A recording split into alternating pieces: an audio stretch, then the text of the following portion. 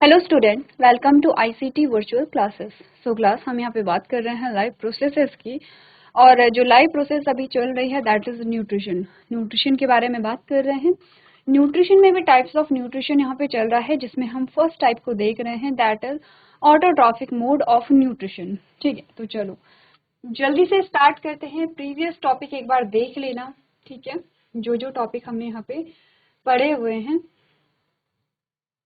क्या क्या कैरेक्टरिस्टिक्स होती हैं यहाँ पे, लाइफ की लाइफ प्रोसेसेस कौन कौन सी होती हैं, न्यूट्रिशन क्या है, क्या नीड है न्यूट्रिशन की यहाँ पे, और न्यूट्रिएंट्स क्या होते हैं, कितने प्रकार के होते हैं, कौन कौन से होते हैं, मैक्रो न्यूट्रिएंट्स में कौन कौन से न्यूट्रिएंट्स आते हैं, माइक्रो न्यूट्रिएंट्स में कौन कौन से न्यूट्रिएंट्स आते हैं, ये सारी बात आप लोग कर लेंगे।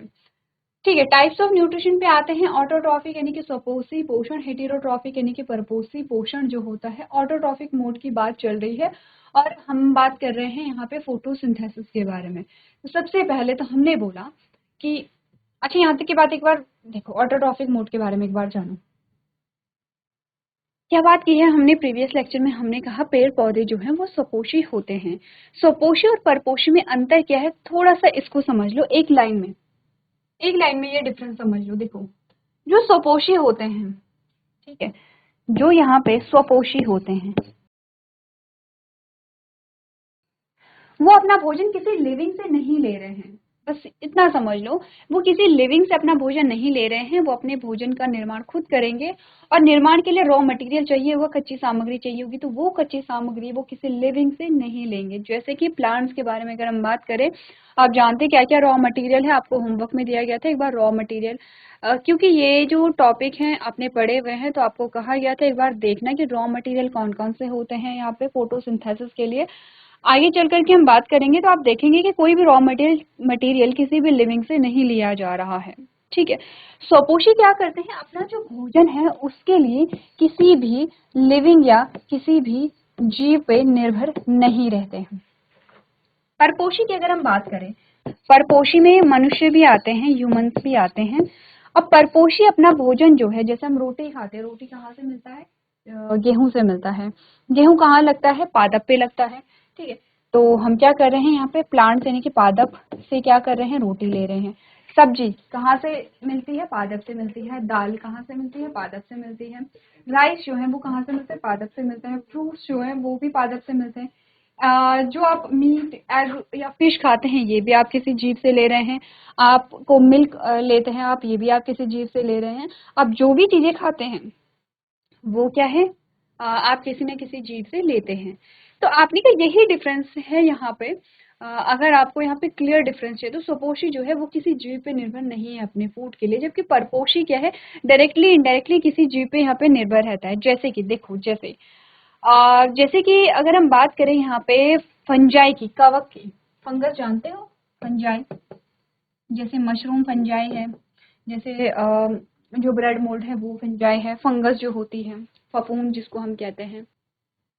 चलो, तो अब हम बात कर रहे थे, जैसे फंगस की हम बात करते हैं।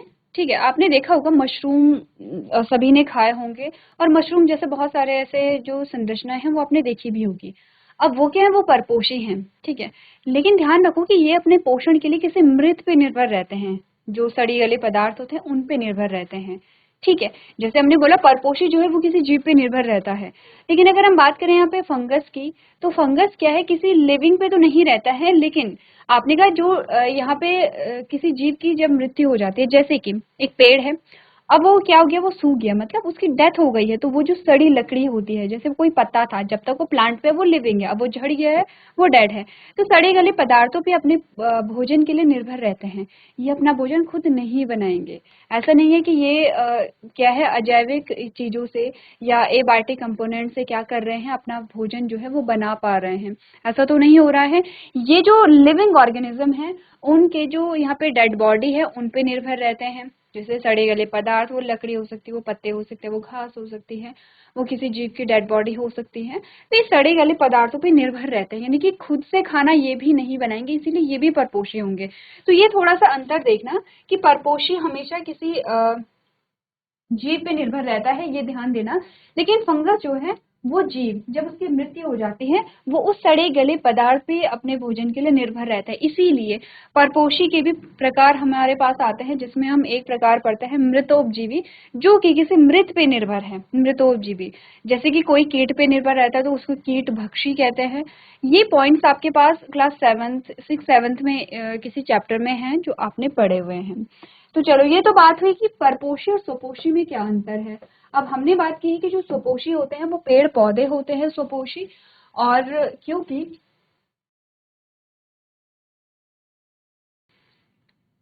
तो हमने बात की है यहाँ पे जो प्लांट्स होते हैं वो क्या है, स्वपोषी हैं। स्वपोषी क्यों है, क्योंकि किसी जीवित पे निर्भर नहीं है अपने भोजन के लिए, या फिर किसी जीव के सड़े गले जो जो उनकी डेड बॉडी होती है उन पे भी ये निर्भर नहीं रहते हैं, क्योंकि अपने भोजन का निर्माण स्वयं कर रहे हैं। अब इसका क्या रीजन है, क्योंकि इनमें एक पिगमेंट होता है जिसका नाम क्लोरोफिल है, और जिसकी वजह से आपको प्लांट जो है वो ग्रीन दिखाई देंगे। इस पिगमेंट का नाम हरित लवक या क्लोरोफिल होता है।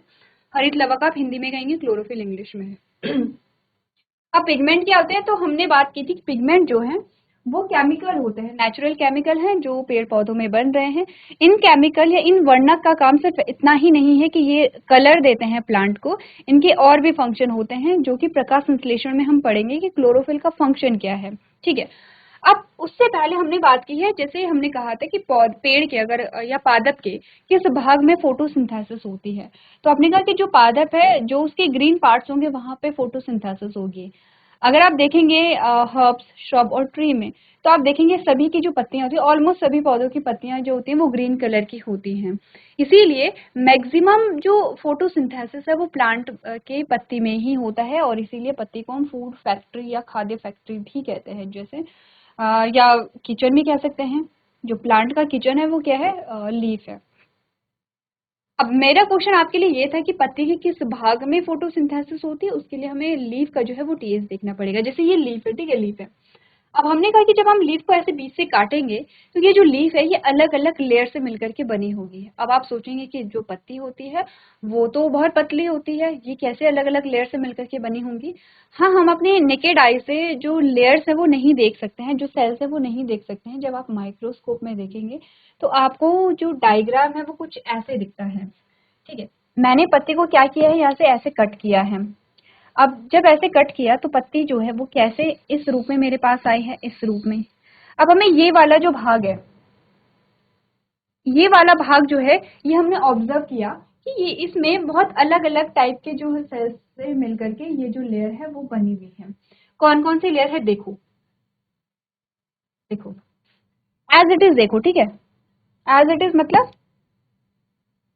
एज इट इज का क्या मतलब हुआ, एज इट इज का मतलब है ये पत्ती है और मैं ऐसे में ही आपको लेयर्स दिखाऊंगी। तो देखो, यहाँ से शुरुआत होती है ये, और ये कुछ ऐसे सेल्स आपको दिखाई देंगे। थोड़ा छोटा बनाएंगे कि हमारे पास स्पेस कम है। ये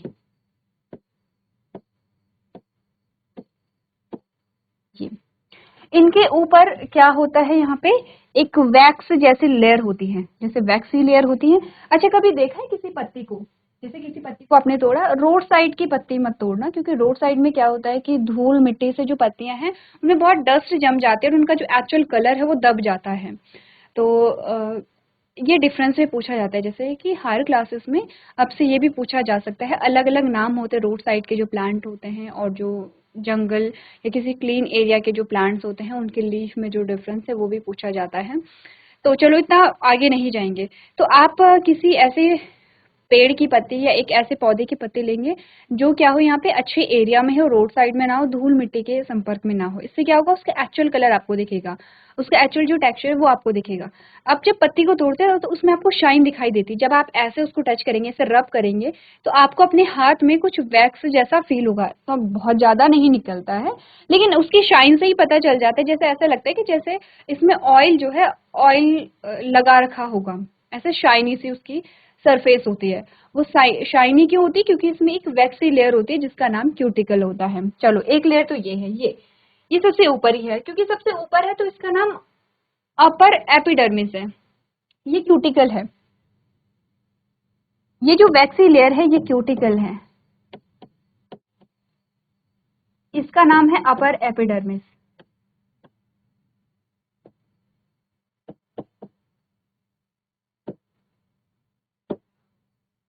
ठीक है। इस क्यूटिकल को आप इंग्लिश में, हिंदी में भी क्यूटिकल लिख सकते हैं, अपर एपिडर्मिस भी लिख सकते हैं, कोई दिक्कत नहीं है, लेबलिंग सही होनी चाहिए। कोशिश करेंगे कि दोनों में आप लिखना। फिर दो अलग अलग प्रकार की यहाँ पे सेल्स आती हैं, ठीक है। कौन सी होती हैं वो सेल, देखो कुछ ऐसी होती हैं,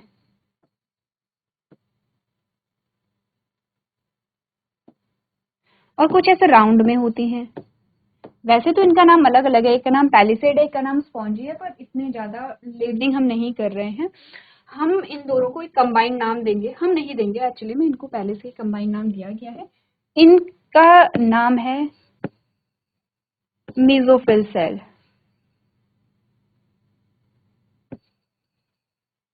फिर क्या होता है कि ये वाले देखो, ये वाला जो है, ये वाली लेयर जो है,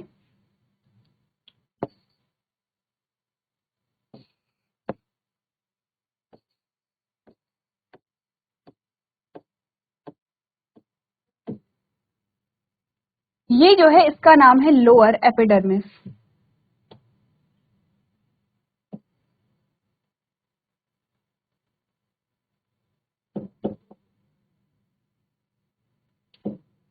ठीक है, एपिडर्मिस की स्पेलिंग क्लियर ना हो तो ऊपर से एपिडर्मिस की स्पेलिंग देख लेना, और यहाँ पे भी आपको क्यूटिकल देखने को मिल जाएगा।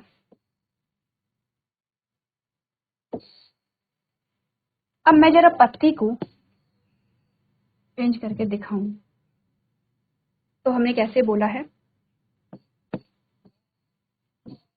ये हमने बोला है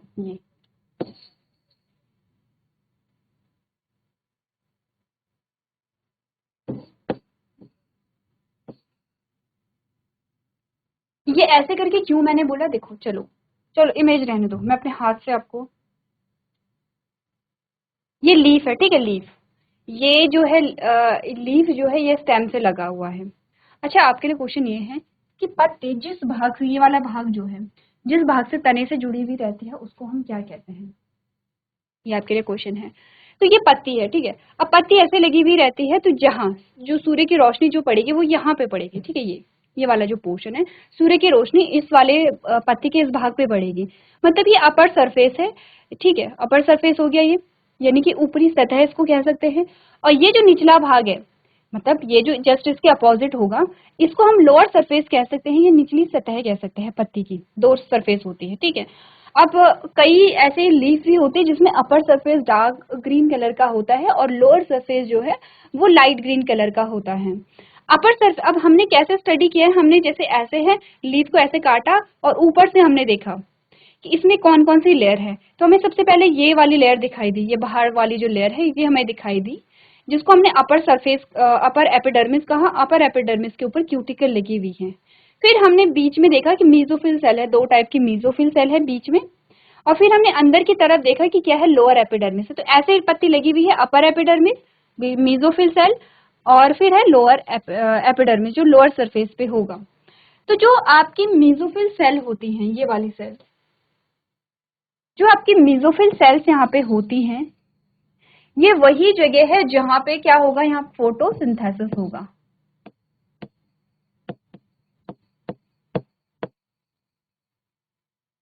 इन शॉर्ट ये समझो कि फोटोसिंथेसिस जो है वो पत्ती की मेसोफिल सेल में होता है। अच्छा, ऐसा क्यों कि मेसोफिल सेल में ही होता है, ऐसा क्यों है, एपिडर्मिस में क्यों नहीं होता है, अपर एपिडर्मिस में भी तो हो सकता था, लोअर में भी तो हो सकता था। ऐसा इसलिए क्योंकि ये जो मेसोफिल सेल है इसमें क्या पाया जाता है, बताओ क्या पाया जाता है, क्लोरोप्लास्ट है इसमें। अब क्लोरोप्लास्ट क्या है, मैंने बोला क्योंकि इनमें क्या पाया जाता है, क्लोरोप्लास्ट पाया जाता है। ये जानने के लिए हमें नेक्स्ट स्लाइड में जाना पड़ेगा। इतनी बात क्लियर है, पहले ये समझ लो, ठीक है, उसके बाद हम नेक्स्ट स्लाइड में जा रहे हैं। मैं जल्दी से सम अप करती जो अभी तक हमने बात की। हमने यहाँ पे पत्ती को देखा, टीएस देखा उसका, पत्ती जो है वो किन किन लेयर से बनी है, तो ये है अपर एपिडर्मिस, बीच में क्या आती है, मेसोफिल सेल आती है जो दो प्रकार की होती है, और फिर आता है लोअर एपिडर्मिस, ठीक है। अच्छा, एक और चीज जो ध्यान रखना, यहाँ पे स्टोमेटा भी होता है, स्टोमेटा भी होता है, लोअर सरफेस में ज्यादा होता है, अपर में थोड़ा कम होते हैं, तो यहाँ पे स्टोमेटा भी होंगे, ठीक है, जो हमने नहीं बनाए हैं स्टोमेटा बनाएंगे। जैसे अगर मैं यहाँ पे बनाऊं तो ये स्टोमेटा है, इनको रंध्र कहते हैं, ठीक है, जो कि यहाँ पर बने होंगे, लोअर एपिडर्मिस, अपर में भी होंगे लेकिन लोअर में ज्यादा रहते हैं, ठीक है। ये लेवलिंग करो, देन हम उसके बाद बात करेंगे। अच्छा, एक और लेवलिंग जो कर लेते हैं, क्योंकि हमने बोला इसके अंदर क्या है, यहाँ पे क्या है, इसके अंदर प्लास्टिड है या क्लोरोप्लास्ट है,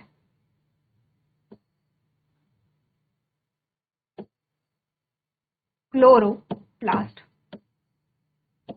ठीक है।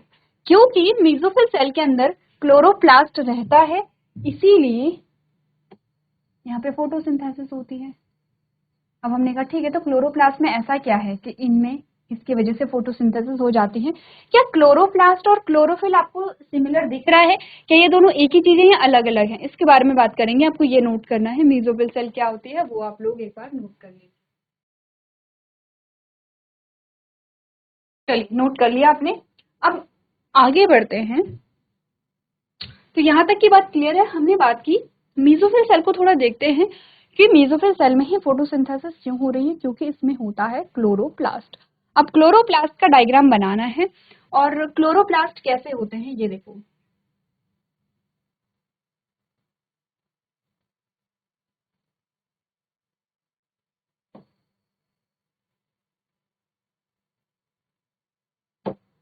थोड़ा छोटा बनाते हैं।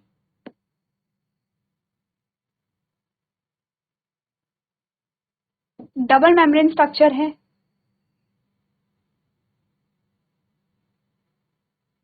ये डबल मेम्ब्रेन स्ट्रक्चर है, आउटर एंड इनर मेम्ब्रेन आप जानते हैं। अब इसमें होते हैं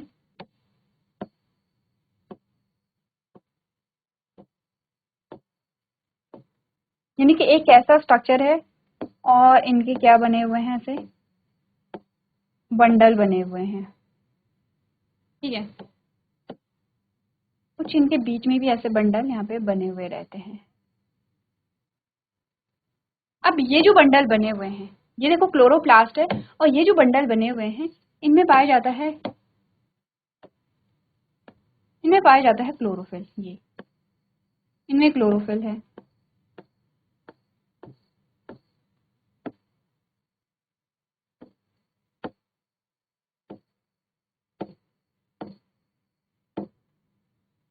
ठीक है। क्योंकि क्लोरोफिल ही तो वो पिगमेंट था जो कि फोटोसिंथेसिस के लिए नेसेसरी था। अगर हम एक बंडल की बात करें, सिर्फ एक बंडल की बात,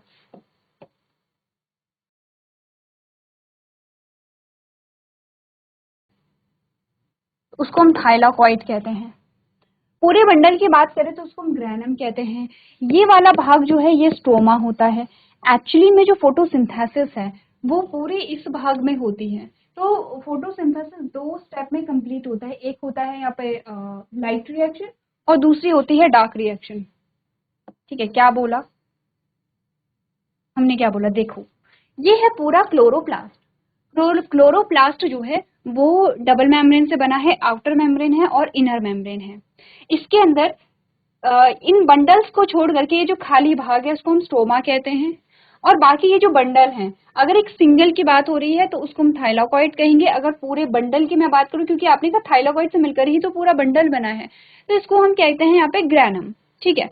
अब फोटोसिंथेसिस जो है वो दो पार्ट में कंप्लीट होती है। इससे पहले आपने कहा जो थाइलाकॉइड है, थाइलाकॉइड का स्ट्रक्चर अगर आप देखोगे तो थाइलाकॉइड में क्लोरोफिल पाए जाते हैं। तो अगर मैं थाइलाकॉइड को थोड़ा सा बना लूं तो वो कैसा दिखता है, तो क्लोरोप्लास्ट का स्ट्रक्चर थोड़ा छोटा कर देते हैं। इतने बड़े क्लोरोप्लास्ट की हमें आवश्यकता है नहीं। ये लो, ठीक है। और ये लो, पहले इतना बना लो।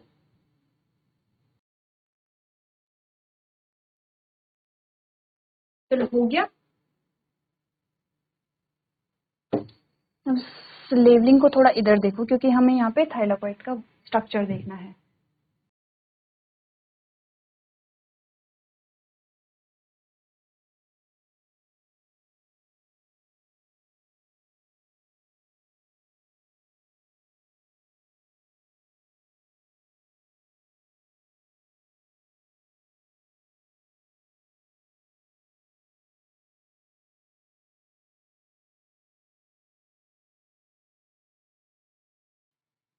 तो ये ध्यान रखना, एक को थाइलाकॉइड बोला जैसे कि हमने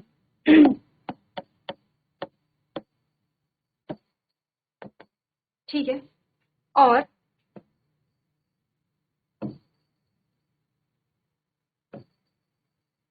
ये ग्रैनम है, ये स्टोमा है।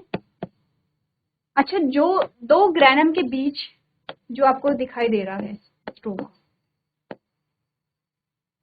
ये खाली जगह, ठीक है। स्टोमा, जो दो ग्रैनम के बीच में ये है, इसको हम स्टोमल लैमेली कहते हैं। ये ध्यान रखना, स्टोमल लैमेली, क्योंकि इससे रिलेटेड भी एक पॉइंट आपके पास आएगा जो आपको समझना है, जिसमें साइक्लिक और नॉन साइक्लिक फॉस्फोराइलेशन की बात यहाँ पर होगी, ठीक है।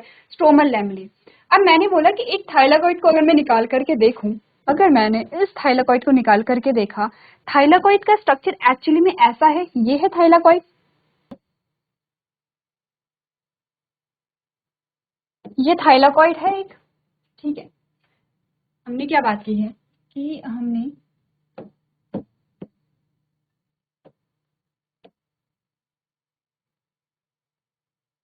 एक को ही निकाल करके देखते हैं। ये थाइलाकॉइड का स्ट्रक्चर कुछ ऐसा है, ये ध्यान रखो, ठीक है। अच्छा, ये आउटर और इनर मेम्ब्रेन आप नोट कर लेना, लिख लेना। ये क्या है, ये आउटर मेम्ब्रेन है और ये इनर मेम्ब्रेन है, ये इंटर मेम्ब्रेन स्पेस है जो बीच में होगा। ये थाइलाकॉइड है। अब थाइलाकॉइड में ये तो देखो, ये वाला जो स्ट्रक्चर है ये इसकी मेम्ब्रेन है, और बीच वाला भाग जो है वो ल्यूमेन वाला होता है। ये जो खाली जगह है, ये वाली जगह जो है ये ल्यूमेन है। ये अब आप सोचेंगे तो क्लोरोफिल कहाँ है, क्लोरोफिल बनाते हैं यहाँ पर। ये जो थाइलाकॉइड है, इस थाइलाकॉइड में फोटो सिस्टम लगे हुए होते हैं जो हमें पढ़ने हैं। जैसे एक फोटो सिस्टम ये है और दूसरा फोटो सिस्टम ये है। इन्हीं फोटो सिस्टम में क्या होता है,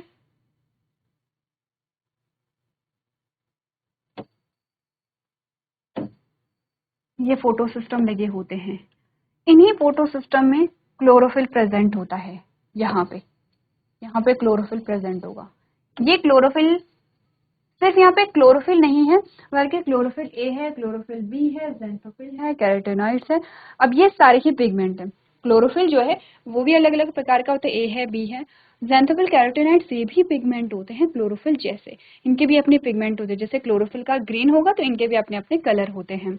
लिख लें, ये है क्लोरोफिल।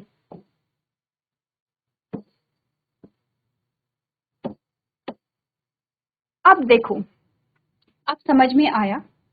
ये जो यहाँ पे क्लोरोप्लास्ट है, किसका डायग्राम हम देख रहे हैं, क्लोरोप्लास्ट। ये क्लोरोप्लास्ट है और ये जो है वो है थाइलाकॉइड।